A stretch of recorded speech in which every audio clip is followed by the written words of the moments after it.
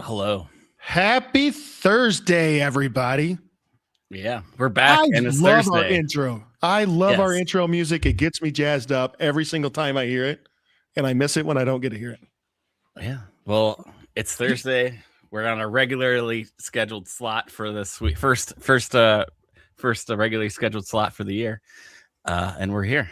I know it almost threw me off. We're on the right day. We're at the right time. I was like, this can't be right. Yeah. Deshaun made me sad last week because he pinged me last Thursday. He's like, show? I'm like, it's tomorrow. And he's like, oh, okay. And I was like, got to keep Deshaun happy. Got to get this time slot on a more regular basis. So, Deshaun, if you're out there, thanks for help. Whenever we, I don't know. He's like Mama Bear, making sure we stay on our shoulders. Yes. Thank you for keeping us on track. Let's just say. That's right. Where would we be without Deshaun? Yeah. How was the weather, man? I got to know. Did you get killed by winter apocalypse 2026? Well, I'm still alive, but yeah, we got heavy snow. We got about a foot, probably a little bit more than a foot of snow over the weekend. Multiple days this week. It's been negative. Like this morning was like -8. Mm-hmm. And the kids are back in school today with a 90-minute delay, but it was a situation where the wind chill was so low. I think like once it gets below -25 wind chill, they like cancel school because like all the buses and stuff, whatever. Yeah. So they're back in school today. But yeah, they had a fun 3 snow days in a row, and I think they like, all right, we gotta get the kids back in school because the next 2-week forecast isn't looking very warm. So we gotta deal with this new polar Arctic situation we live in right now. So yeah. I was supposed to be in Chicago last week. It was, I don't mind the cold. I like the cold, but expected wind chills of -40. That's just a hard no for me. I ain't going. They're probably gonna get a lot of ice too, I'd imagine. So that's not a no bueno. Yeah, we were at the head of the storm. We missed most of it, so that's good. Yeah. But it's still winter wonderland here and cold. So, well, I think on that note, we bring in somebody that very rarely has to worry about snow, has to worry about cold. He's got the opposite effect. It's usually like 80 in the wintertime there and humid. All right. Well, without further ado, Corby, welcome. How you doing? One of my favorite people in the world. Nicky, field CTO. How you doing? I'm doing good, man. Are you? I'm sure they're in Houston. You guys you're dealing with the winter apocalypse. What is it, like 50 there? Well, it's recovering. It's been freezing for a couple of days now, but we're getting back up there. We'll be good. Yeah. Hey, Deshaun, good to see you in the chat. Yeah. And I will have to start I did have to engage my main primary heating HVAC system too. My home lab can't keep up with -9 or whatever. So yeah, and it's still augmenting it significantly. But so what did you do? Did you just take a fan from the basement and blow it into one of the vents so that it pushes it throughout the house? I don't know. I just turned on the continuous fan, like on medium or whatever. Mm-hmm. And that was enough to like multiple weeks in this winter so far has been enough to like pull the air out of the basement and circulate it throughout the house. So it's been nice. But yeah, once we get these, let me know if you get code. I'll push a few more apps here. Yeah. Oh, I'm onboarding a new GPO host this morning. So if you hear like big whiny fans in the background, it's not quite landed in the thermal profile yet. So did you point that out to Miss Kuhn and say, see, the data center, it's paying off. It's keeping us. Yeah. We've had some discussions and then some also discussions about maybe we should just keep the thermostat a little lower to make sure we keep the basement cool here. But this is where our $10,000 electric bill is going, is to keep our house warm in negative temperatures. Yeah. It's not nowhere near that, thank God. But yeah, I don't know. I heard your electric company was considering you for an award this year. I think you're sending their CEO to college. Yeah, probably. Okay. What have you been up to, Corby? Yeah, what's going on? Oh man, well, I've been working with customers on supporting a lot of the AI capabilities on Tanzu platform. I've come on into this show and been able to talk about some of the stuff I've been doing in the past, but there's no way I could possibly progress and build all the new stuff that I'm doing without Kuhn Labs. This is all made possible by Kuhn Labs. Just a wonderful environment, because every developer needs a good CF foundation to be productive, to be able to deliver stuff quickly and get software out in front of end users. I mean, he's basically a startup at this point. He's a self-funded startup that is impacting places that people don't even realize. Yeah, I mean, it's like an AI startup. He's got zero revenue, huge expenses, I think. yeah. We're, like that meme is like Sam Altman. It's like revenue or profit for OpenAI in like 2023 is $0, and then like 2026 it's like 0,000, they just expanded out, but still zero. I guess it's a great time for our sponsor segment of Kuhn Labs. If you like this show, you should like and subscribe. Yep. But yeah, anyway. Now here's what happens is Nick takes his kids down and he shows them memory, and they ask, "What is that, Daddy?" And he's like, "This is how I pay for your college." Yeah, that's right. Yes. This is how I pay for your college. And if we need to, I just go out and I hawk this stuff on the street for 18 times its value. Yeah. I don't know if this is a better investment or the gold in this case, but there's gold in these memory chips. So maybe worst case, I have to melt them down to get the gold out of them. I don't know.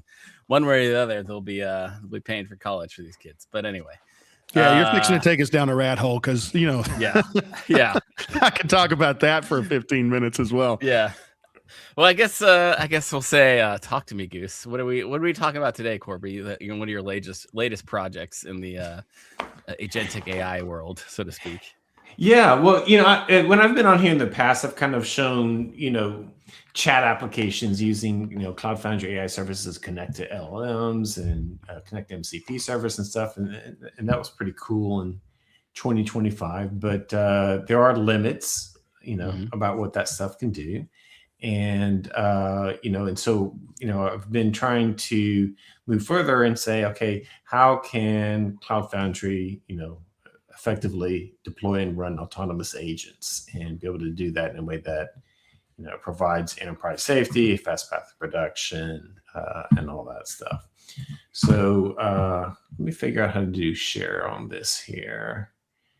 I'm going to do, share screen. It's giving me tips, and then I need to give my system settings permission here. Uh-oh. Let's see. Google Chrome app bundle. All right, done that. Okay, and then I may or may not have to quit and reopen. Let's find out here. I'm betting on the latter. This is the magic test. Yeah. Absolutely. Okay, so I'm going to share a window. To share your window, allow screen. Okay. Yep. Sorry, guys. I'll be back in a minute. Yeah. Okay. We'll fill in with some more banter. Our guest rejoins. That's right. So what's going on to Coder, Nicky? I know this agent stuff is pretty big in your land as well. So yeah, I mean we're bringing in governance around AI agents. So here at Coder, we don't care what agent you want to use. We don't care what LLM you want to use, but we're allowing people to come in and put some governance, put some boundaries around what those agents can do. Because you know what? Nobody wants to be the next person in the news saying that some agent went and deleted their production database. So how do you stop stuff like that? One important thing that just came out, I'm going to probably say this wrong, but the Shai Halud worm that came out and impacted NPM, things that could be avoided. Your supply chain attacks could be avoided by the way that Coder isolates and segments its workspaces. So getting ready to put out a white paper on that one as well, but lots of interesting things happening. Yeah. I definitely I need to get my hands on it and see what I can do to increase my my agent output. Because I'm at this point, I guess on a side note, I'm a week plus into my Claude Code Max subscription, whatever. And oh boy, it's at this time, it's like maybe I need to turn off the Claude so I can like do other things with my life. But this thing, amazing. amazing. Dude, you're just getting started. Wait until you start figuring out how to, when you're spinning up multiple agents, giving those all in an isolated workspace. When you start using co-work, you start figuring out things like, the spec-driven design. You're going to find so many things to do. Projects. Holy crap. I use crap out of projects. Yeah. So on a side note, so many things in the AI world to keep up with in so little time. But Corby is back. Are we ready for your screen? Are we? Good question. Good question. Let's find out here. All right. So now I'm going to go to my window. Okay. This is looking promising here. Let's go to technology. I effing love the play-by-play too. Mm-hmm. All right. Am I up? You're fixing to be. I will add you. Yeah. Rad. Okay. Ta-da.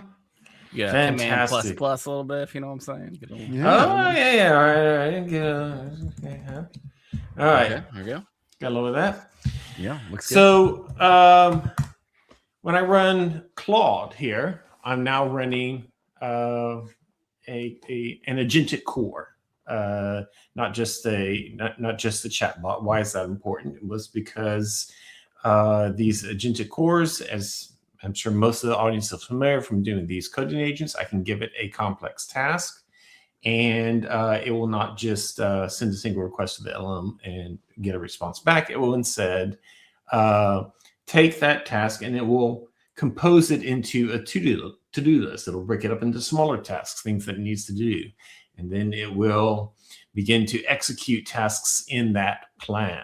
And if something, so it'll try something, say I'm going to do a build, but then, the build went wrong. So it's like, I will now need to, rethink how I'm doing this and retry the command. And it goes through this agentic loop. So it's going to kind of iterate through until it can execute steps in a plan, and it can revise the plan as it goes along. And then once it gets through the end of the plan, then it will have accomplished the request. So it's kind of like how developers work, right? If you have a complex problem, you want to break the problem up into smaller isolated components that you can solve independently, and then put them together and come up with a solution. So it can do really cool things that way. So and that helps with context windows as well, right? When you break stuff up, right? So you're not getting that big context and compacting every 5 seconds and running out of window. 100%. So in this example, I, like a lot of people, am installing this agentic core and running it on my local machine. And the one I've chosen is Cloud Code. I'm running version 2.1.23 here, and that's what I run. And then I also get to choose the models that I want to run. So I need a chat model to work with the core, and I have a choice between Sonnet and Opus and Haiku, and I can go ahead and handle that. I can also give the agent MCP servers to work with. So here I've configured 2 MCP servers of my choice. They're installed and they're running on my local machine, Context 7 and GitHub. And these, of course, provide tools that the LLMs can invoke in order to be able to integrate with external software systems and accomplish tasks. And then I have this concept of skills. So we'll jump more into this in a minute if people aren't quite as familiar with those, but agent skills are a new standard, and they provide very helpful context in terms of prompting and guidance and guardrails to the LLM. And they also help a lot with context management as well. These skills here are installed and running on my local machine. So if I put together all 4 of these pieces here, the agentic core, Cloud Code, the model that I've selected, the MCP servers, and the skills, I have the ability to do some really, really powerful, amazing stuff, which is fun for me when I'm working on my own local project here. But it's not as fun for my employer when they want to be able to handle compliance and safety, because they don't really need hundreds, maybe thousands of developers each deciding what version of an agent they're going to run on their own local machine. what models they're going to use to interact with that agent, what MCP servers they're going to run, what agent skills are going to be running installed. Having no control, no compliance, no governance of this, you're basically turning us monkeys loose and allowing us to run some very powerful, potentially destructive, potentially insecure tools within the enterprise. And so there are a lot of employers, including my own, Broadcom, that say this is not allowed. We prohibit this type of behavior. So the question, I know that Nicky works with a lot is, hey, how do you give developers access to these powerful agents, whether they're coding agents or whether they're enterprise business app type of agents, while still being able to meet the security and compliance work of a large company? How can you let the teams go fast and use this stuff, but allow the enterprises to do it at scale? So there's actually a number of problems here. So we've kind of identified these four components that are super important, right? We need to be able to do the agent, the core agentic piece there. We need to be able to have the models. We need to be able to have the MCP servers, and we need to be able to have the agent skills. So the question is, how can Tanzu platform be used to turn these from a grab bag of random tools that developers are installing and using themselves into a centralized management tool set that can be safely distributed to all of the development teams? So let's go ahead and start with the first piece here, which is the agentic core. So we have a number of options, things like Claude Code CLI that we just saw here, Gemini CLI, and such. And we need a way to ensure that anytime a developer is going to use this agentic core in the application, that is going to that developers are going to be using the approved version of the agent for the enterprise, and the approved version, and that it is going to get upgraded and patched and secured automatically without manual developer involvement. So I think Nick knows the answer to this one, so I'm going to give Nicky the pop quiz. What technology in Cloud Foundry could we possibly use to pack the agentic core CLI into the build for Cloud Foundry?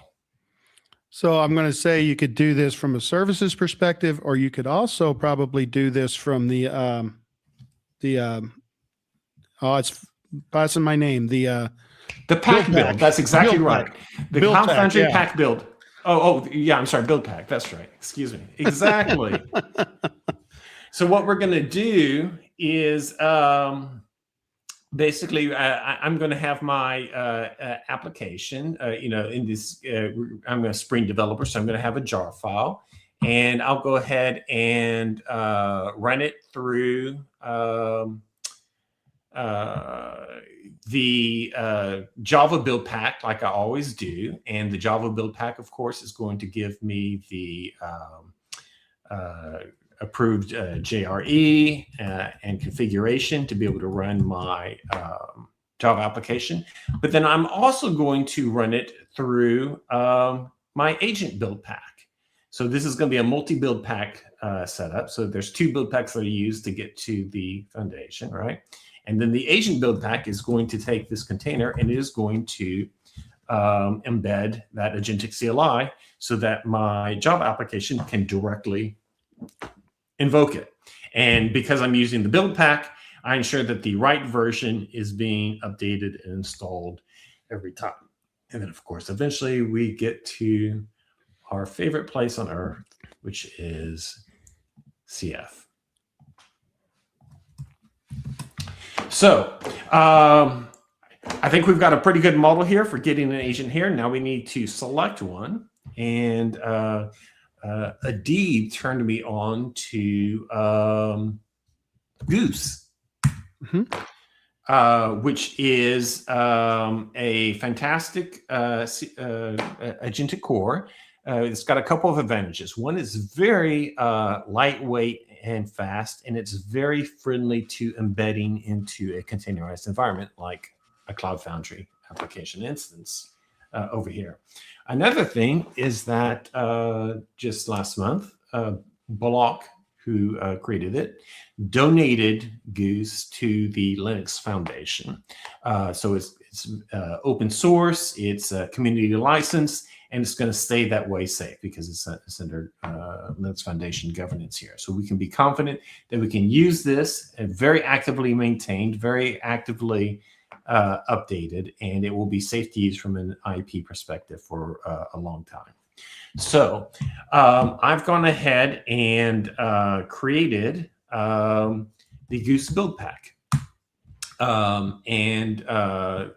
This Cloud Foundry build pack works through the model that we just saw here, that I can push my Java application, and then it will go ahead and embed the Goose CLI into there, and then my Java application can use Goose alongside its other functionality. So we're getting to a good platform managed environment to safely run these types of agents here. So why don't I go ahead and give it a shot here. So what I'm going to do is I'm going to take a Java application. And I will fire up the Zoom here. So this Java application I have here is called goose-agent-chat, and what it is a Spring application, but it's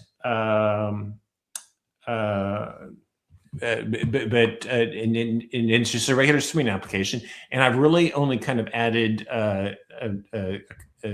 two pieces to it here. One is that in my pom.xml, I've added this Goose CF wrapper library. This is a library that's bundled with the Goose build pack, so that I can do simple method calls for my Java application to interact with the Goose CLI. And then I've added a goose config.yaml. So this goose config.yaml is a file that the Goose build pack knows to look for and knows to pick it up. And then when I push it, it's going to use this to configure the Goose CLI. So that now we have the configuration of the Goose in source control and managed, and it's going to operate the same way on every CF push here.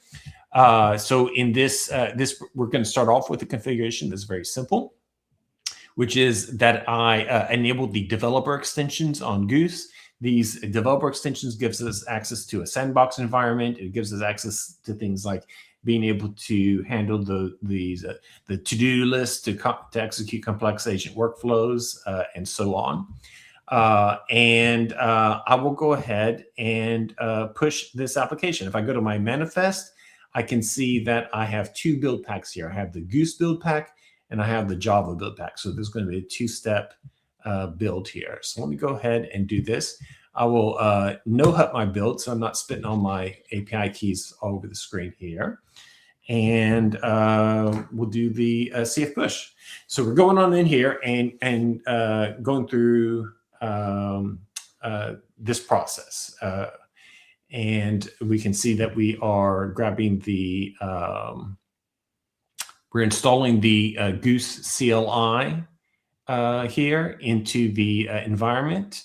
And it is looking at the Goose configuration, that Goose configuration file, and is grabbing the values from that file and using that to configure the Goose CLI. And then once it's got all that set up and the Goose container is running, then it's going to go into the Java build pack. It's going to set up the Java runtime and then go ahead and deploy the application. So this is kind of the first step here, getting things set up so that now any developer that wants to be able to use the agent can use the build pack, and they will be set up and using the correct version and getting this up and running. Mm-hmm. Very cool. I think this is the first time use of the multi-build pack feature that I've seen like in the real world. So it's pretty cool too. On a side, just random CF side note. So we're up and running now. We have our Spring application running. So let's go ahead and check it out here. This is Goose-agent-chat running on Kuhn Labs. And thank you very much. Nick just provided the security, the login feature here. So I'm not sharing this very powerful permissioned agent over the with the CF Weekly audience unsecured. Yeah. So this is very helpful. And it integrates with the SSO too, if you want to use that as well. That's right. Servers screaming because Nicky got a hold of the Goose agent and started doing weird things to the servers. Yeah. Well, I knew we were going to show this to Nicky, so we had to influence some security. So we're up and running. So this is just a Spring Boot chat app, but the only difference is that under the covers, it's got access to that Goose agent. So I can, ask it, hey, what tools do you have here? Can you zoom in a little? Oh, sure. Absolutely. Sorry. He forgets that some of us had old eyes. No, yeah, I have old eyes too. I'm just good at looking at computer screens. Okay, cool. So we can see, hey, these are different things Goose can do. From the developer extensions, we have this shell access, so it can run shell scripts locally, and that's going to become important in a minute here. Hint, it's able to run Python. It has this to-do task tracking, so this is what's going to allow it to break your request into smaller tasks and execute on them and iterate on them independently. We will not have time today to cover sub-agents, but that is another very cool capability that you can go ahead and kick off. It can asynchronously kick off parallel work processes that have their own tools and capabilities to be able to do really complex tasks. And so this is what we've got here. So let's go ahead and start off. Right now, we don't have any really tools connected or anything big. So let's just show kind of what the bare bones functionality is here. I'm going to give it a, kind of complex request. I'm going to say, hey, go ahead and analyze a bunch of vector databases and give me a decision matrix. This is how I would to use. If you look on the right-hand side, you can see that it took my request and it broke it up into a task list. So just based on the natural language requests, I'm going to analyze the current state of vector databases. I'm going to compare the ones that you supplied for performance, cost, ease of use. I'm going to create a decision matrix, and I'll provide guidance on how to choose each option. So it did a thorough enough job that we probably won't have time to go into the details here, but this gives you a good sense now, of where we're starting in the baseline, that we have the ability to take something more complex than just a simple LLM request response. We can do more complex agentic workflows here. So this is good. We've got a good start. So I think we've taken the agent piece and we've CF-ified it, right? We've got this running on a managed, centralized environment that the platform operators control, and it's not something where each developer is deciding how to deploy, configure, and run this.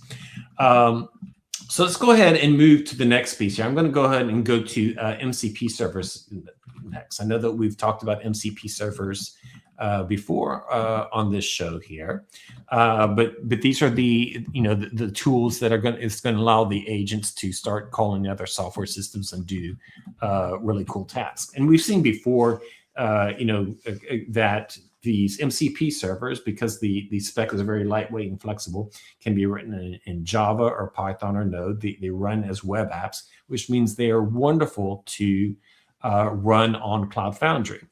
And now you do run into some compliance issues here, right? Because I know, I and my coworkers have authored a number of MCP servers, and we stick them on a Git repo and say, hey, come use our MCP servers. And everyone grabs their own instance and they CF push it out there. And then I make some changes and updates, and some people pick up the updates and some don't. And over time, what you have is a bunch of redundant instances, some of which have the current bug fixes and some which don't, some of which have the current tool sets and some don't. And it's not optimal in terms of making sure that everyone's using the latest, most secure functionality. So what we really want is when I or an application team creates an MCP server, for them to be kind of the product owner of that server, to be able to publish it once, allow anyone to connect to it, and they won't allow everyone to automatically receive, updates and patches to that service. So I think you guys a couple weeks ago had the service publishing team on here, right? Talking about being able to take applications like MCP servers and actually make them available in the Tanzu marketplace. So my coworker Brian and I wrote a little paper that kind of showed how to do this with MCP servers here, and that's been published up here. So I'm not going to go into the details on that because I know that y'all covered a lot of this stuff previously. But let's see what this looks like to the end user. Let me get into Kuhn Labs here. Now, a quick question on this. Now, when you do publish something this in, does this go into the public marketplace or is this a private marketplace? So this goes into the general marketplace on the platform. So I assume that that means public marketplace, the way you're describing it here. Yep. So if I look here, if I go, this is my marketplace over on Kuhn Labs, and then I think also this is a service offering, so you can restrict the an offering to be only available in certain orgs out there. So you can restrict permissions. You don't have to give it to every developer in the company here. But you can see here, I did go ahead and create this Cloud Foundry MCP server. And so what I've done now is I only had to push the MCP server once. I can do multiple instances, but it's only being pushed once. But it's being made available in the marketplace so that any app team that has permissions to this service, permissions to this plan, can go ahead and connect to it. And then under the covers, Spring Cloud Gateway is brokering access to make sure that that the application is being properly authenticated and that is able to connect to and use the service. But the consumer team that wants to use this is not responsible for managing the server, right? The server is going to be there. All they have to do is bind to it and connect to it. And then as the publisher, I can continue to update it independently, and make those updates will be available to everyone. So let's go ahead and spin up an instance of the Cloud Foundry MCP server in my space. And basically all it's doing here is creating a little Spring Cloud Gateway proxy. So you see it spun up very quickly and is able, and I can now bind it to my apps. Let me go and go into the server, and I'll say bind an app, and we're going to bind our Goose Agent-Chat to the MCP server. So go on in here, and then we'll go ahead and restart Goose Agent-Chat. Now, when there's an update to an MCP server, is this something that requires platform update? Is it something that's automatically picked up as part of the service? Explain that out to people. Absolutely. So the way that the MCP server works, the spec is very flexible and lightweight. It just basically says your app is publishing an API where at any time someone can get a current list of the tools that are available in the MCP server. And the arguments needed to invoke them. So what that means is that as the author, if I CF push a new version of the Cloud Foundry MCP server, then that's just going to update the API. So I'm connected to the MCP server right now, which means every time I want to use the tools, I hit that API, I get the current list of tools, and I decide what I want to do. So if it got updated under the covers, that's completely transparent to me. I still have a working connection to the server. It's just the next time I talk to it, the LLM is going to have a larger set of tools to work with, and it's going to be able to make decisions based on that. So updates are completely transparent here. So let's go ahead and go back to our Goose Agent Chat. I'm going to go ahead and refresh the application. I'm going to relog in here. And now on the left side, we can see I'm connected to the Cloud Foundry MCP server here. So that was just a simple bind operation. And now I have a whole bunch of tools available into my environment. And now I can go ahead and give it a task. Here I'm going to say iterate through spaces in an org and flag any apps that haven't been updated in more than 60 days. And on the right-hand side, you can see that it's beginning to execute tools against the Cloud Foundry MCP server that it's connected to, and it's going to go. So it's grabbing the spaces in the org. It's listening to the applications in each space. For each space, it's grabbing the details, and it's able to flag the app. So it says, hey, we've got these apps that are more than 60 days old, and you might want to take a look at them. They might be unused. Maybe they want to spin them down. Maybe want to reach out to the developer and see if this stuff is still being used here.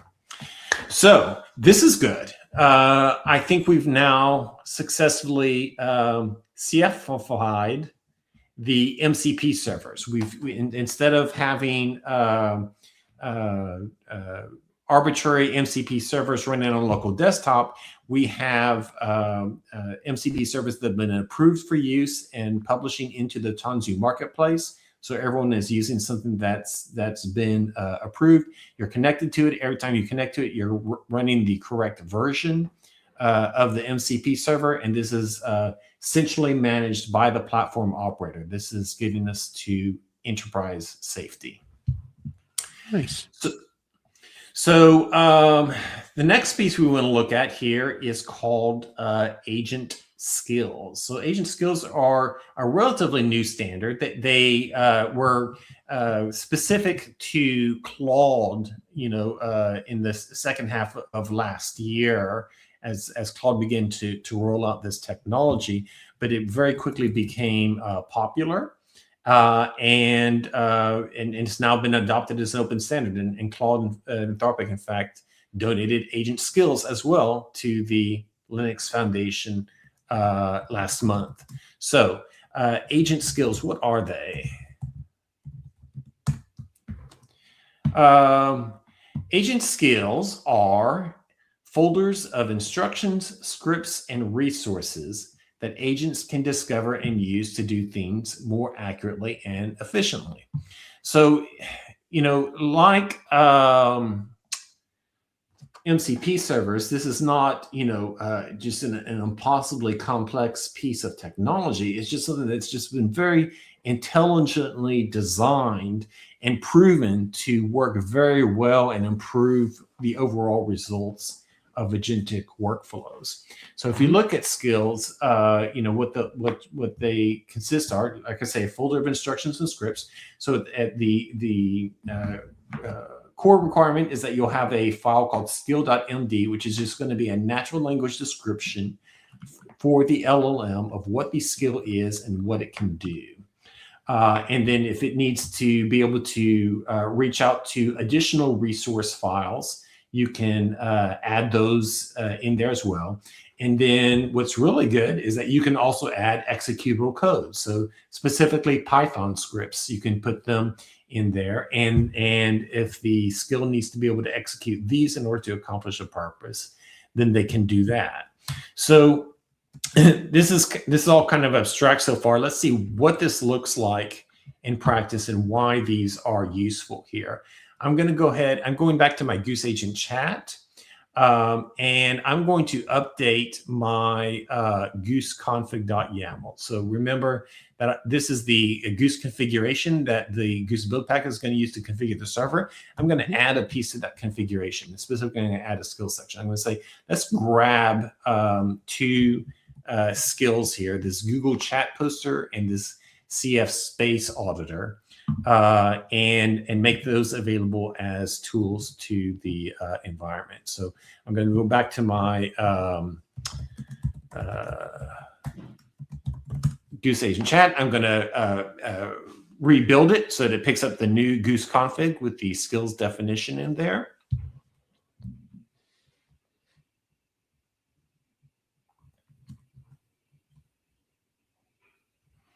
And then I'm going to go ahead and do my CF push.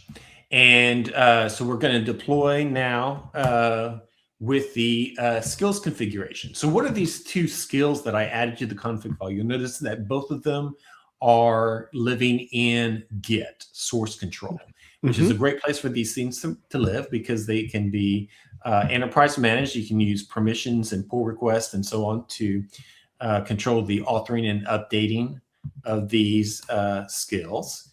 And let's go ahead and grab this Google Chat poster skill here. So I'm going to pull this up into Git, and we'll take a look at our skill here. Okay, so this is like what we said before. That we've got a folder that contains resources. It contains scripts. Let's take a look at the skill definition here. This is the Google Chat poster. It has a description at the top that says post messages to Google Chat using the Google Chat API. And then it has more detailed instructions about exactly how it should go about posting these messages, and then specifically it says, hey, we've also included this Python script here, this post message Python script as part of the skill. And here is how you should use the Python script in order to send the HTTP message to send a Google Chat space. So there's a couple of important things that are going on here in terms of context management.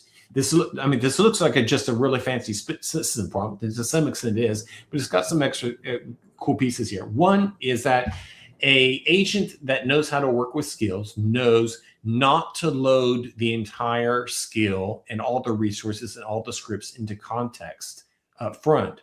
Instead, the only thing that's going to load in is this description. And then that's going to allow it to do progressive context management. So it's going to use the description to decide if it needs to use a skill. If I send it a chat request and it says, hey, based on the description here, this skill is probably a good candidate for being able to help handle the chat request, then it'll start loading in extra pieces in here into the context and figure out, okay, what do I need to do at a detailed level? The second important thing here with regards to context management is the script itself, right? So here you can see this script, while not deeply complex, is figuring out how to put together curl requests to be able to handle posting a message to Google Chat, and also handle things like formatting and the correct arguments and stuff like that. And we could, in fact, write this skill to run without a script. But if we did that, it would be very heavy in token usage, because the LLM would basically be working like a coding agent and figuring out, okay, let me start over from the beginning again. What is the HTTP interface to be able to interact with Google Chat? How do I formulate this HTTP request? What do I need to do for argument formatting? What do I need to do for error handling? I'm probably going to get it wrong the first time, so I'm going to get an error message. I need to read and parse the error message and try again to make sure that I get it right here. And next thing you know, you've blown through 10,000, 15,000 tokens just trying to post a Google Chat message. But we know this operation is going to need to be done every time the skill runs, and we know how it needs to be done. So all we do is just put in a script, say, now if you need this, run the script. This just takes a few tokens to say, okay, go hit the script, run Python 3, run the script, and go. And so it's a lot more effective from a context management standpoint. It's also a lot faster because we're not rethinking from the beginning and trying to rediscover how to do this. We just run a Python script and we're done here. So let's see what this looks like here. Let's go back to our Goose Agent Chat. I'm going to once again log in. Thank you, Nick. And now if we look on the left side, we have the MCP server that we're bound to Cloud Foundry. We also have these two skills that we've connected here, the CF Space Auditor and the Google Chat Google Chat poster. And so I'm going to go ahead and ask Goose, post a message to CF Weekly introducing yourself to the audience watching the inimitable Cloud Foundry Weekly YouTube show.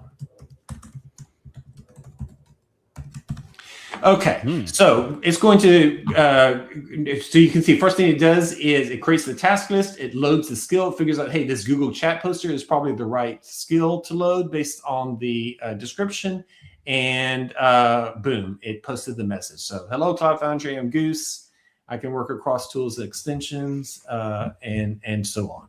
So that is kind of how the nice. This thing works. And then of course it can go ahead and you can tie all the stuff together. So I'm going to go ahead and say, hey, let's do that Cloud Foundry operation again, but then post your findings to the CF Weekly channel. And so now we can have an agent that does things, it's running autonomously, and then we're going to get alerts and information when all this thing is done. So this is interesting. We have, so we've kind of introduced two mechanisms for the agent to be able to interact with external systems. One is MCP servers and one is skills. And I think that, question you can have is, hey, when should you use which? Why do we need both of these? Why is this important here? And this, and I didn't get this the first time skills was released here, so I had to look into this more. But it's very, very intelligently designed. So the idea here is that MCP servers are answering the question of what can you do, and skills are answering the question of how should I do it. So skills are going to make sure that things are done consistently and correctly every time. So think about, if I give if I just have the MCP server connected. Oh, and let's see, did we get our posting in here? Yes. Yeah, I got it. All right. Cool. I'm just going to say, you just given me the opportunity to go in and DDoS y'all's channel now. That's what I'm going to do. That's why Nick doesn't give me access to Kuhn Labs, is because I would do stuff like that. Well, exactly. You do have access, Nicky, but not like that.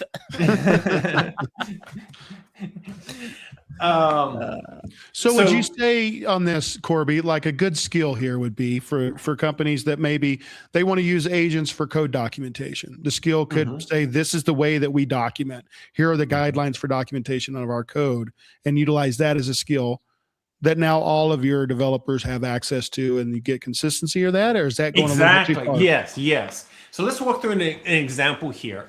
Let's say if I had just the MCP server, let's say I just said, hey, audit my Cloud Foundry Foundation for good, for healthy standards. Well, it's just going, it's going to freeform, right? It's going to, the LLM is going to figure out, hey, what do I think, good standards are here? And it'll start running through the spaces and looking at things. Oh, look at this, or watch about this, or whatever, which is not very helpful for a company that maybe wants to run an audit daily and use a shared set of standards and be able to do things very consistently. So what we're going to do is we're going to pair the Cloud Foundry MCP server, which is very good at talking to my Cloud Foundry Foundation and being able to run operations, with the skill, which is going to be the CF Space Auditor skill. And the CF Space Auditor skill is going to say, hey, not how do you talk to any Cloud Foundry Foundation? Instead, what are the standards that are important for my enterprise? What do we consider, what does good look like for us? So this is a silly example here, but for illustrative purposes. And we say, hey, we're going to apply these three audit criteria. We're going to look at memory allocation, and our enterprise standards are that Java apps should use 1 gig of memory and non-Java apps should use 512 megs of memory. And I want to be aware of anybody who's running more than one instance of an app, because I'm worried that might get too expensive, and I want to see what's going on. And then I also want to flag any apps that haven't been updated in over 180 days. Those might be stale apps here. So this is good now, because I could also accomplish this by taking this entire system prompt and loading it into the agent every single time and saying, run this whole thing. But that's kind of silly. What we want is to just be able to have a simple agent. And this, I'm using a web UI right now, but this might be a headless process that's just running on a scheduler or what have you, or maybe it can run on demand from an email request or what have you. But I can just say, hey, audit the Corby P space in the solution architects org. And the skill knows what that means, right? It knows what are the specific standards that we apply for an audit. It's going to use these compliance standards, and then it's going to interact with the MCP server here. So it loaded the space auditor skill, and now it's talking to the MCP server. So we're using the skill to decide how should this behave, what do good results look like, and then the MCP server to actually interact with the MCP server to accomplish the results. And go ahead and post your results to CF Weekly. I should put that in the beginning here. So we're using our skills in our MCP server. So does this make sense, what we're talking about in terms of what the MCP servers do in terms of talking to the software systems, and what the skills do in terms of making sure that the agents behave in the correct manner? Yeah, it does. And I think this is something that when people really start looking into this, they're going to get very involved in, because those skills, you can also go in and, right now, I think I didn't look at your skill closely, but you may be allowing the agent to freeform what that output's going to look like, but here's the criteria. But you could actually set, here is the exact template that I want you to do to report this, which means that can then feed into other systems, SIEM, or it could feed into, your data management systems or other programs to become a data source of their own, which then can interact with agents as well. That way you can get some historical knowledge, or you can look at day to day. So skills are extremely powerful. And I like the way you phrase it. The skill is exactly what I want you to do. The MCP server is the lever that you pull to do it. Right. Exactly. And these skills are very easy to author and update. It looks like a lot of text. So you figure, oh man, did Corby just sit there for hours, banging away on his keyboard, creating these skills? And of course, the answer is no. LLMs like Claude are very, very good at authoring this stuff for us. So I use the natural language interface, and I said, hey, please create a skill that does this. And it's also very good at iterations. The first time I ran it, there are things that were a little off in terms of the results. And I just said, hey, here's the output I expected. Here's the output that I got. Go ahead and update the skill to make it work correctly here. So I'll go ahead and update this skill here. So you said you wanted a specific format in order to be able to handle the skill. So let's go ahead and do this. Let's say update the skill here so that audit reports are delivered in rhyme. Always close the report with CF by. Good callback. Good callback. You've been on this show before. All right.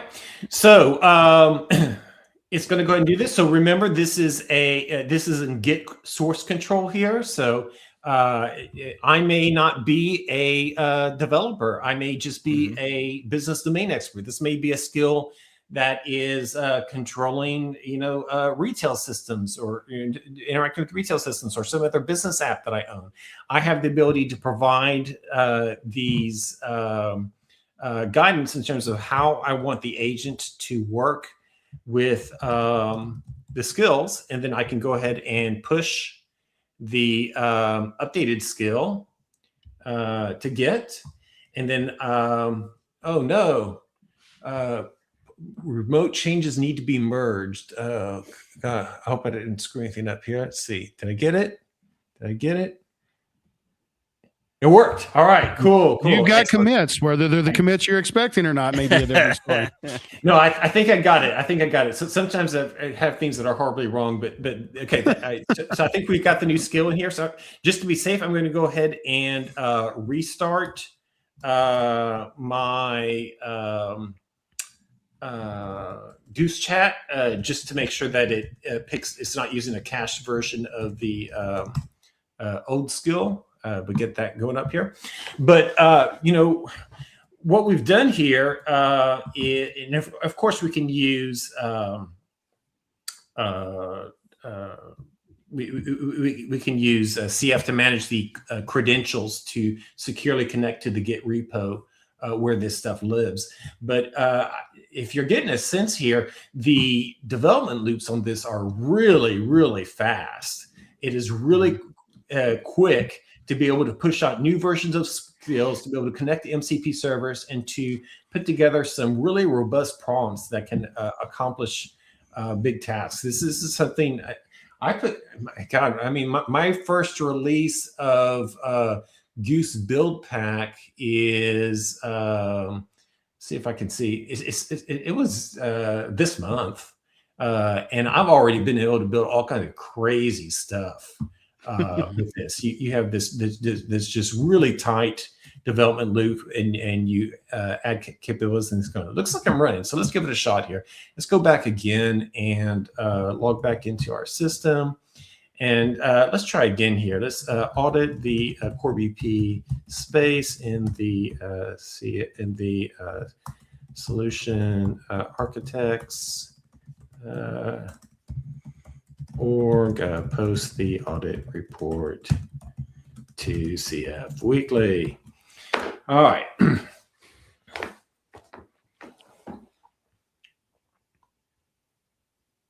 Okay, so it's built out its little task list. It knows what it needs to do. It's loaded the skill for the CF Space Auditor. It's now connected to the Cloud Foundry MCP server to be able to run the operations onto the environment.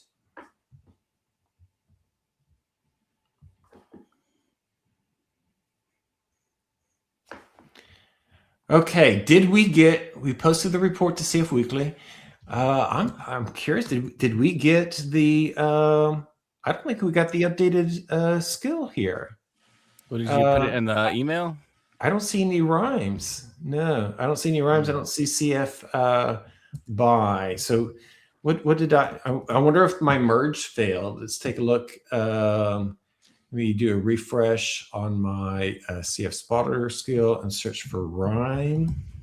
And on that note, folks, I'm going to have to bail. I've got another commitment, so y'all keep working on this. Yeah, it didn't actually update. I messed up something on my merge. Sorry, it didn't actually make it to the environment.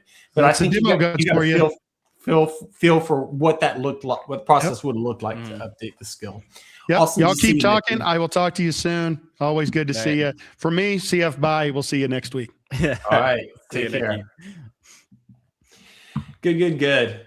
And then, I guess one other thing that I would love to point out here is that the technologies have really progressed.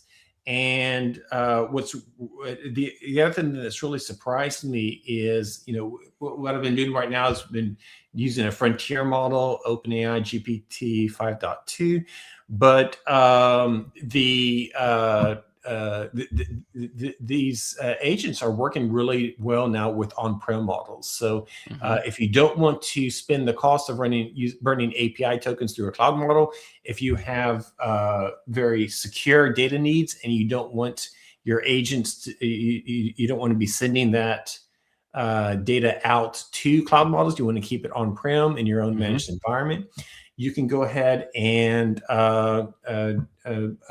you can use the on-prem models here. I'm using a model you provided me. It's not that current. It's like 6 months old, but it's a good one. It's Quinn Coder Skills here. So I'm going to go ahead and bind my application to the Cloud Foundry provisioned Gen AI chat model and give it a restart. Now I'm curious too. That plan has stuff that Yannick was wiring in as part of the skills, so as well. So maybe we'll have to sync up with him to see if that connect the dots there or not. I'm sorry. What was Yannick did? So Yannick was working on a skills thing, and that plan, the Quinn Coder skills variant, had a special webhook in it. So it's not just a plain model. So maybe there's a debugging issue that we were seeing yesterday where that webhook was causing an issue. All right. Well, you can see now I am connected to Quinn Coder is the model that's being connected here. So I'll start off with a simple one. What are your tools?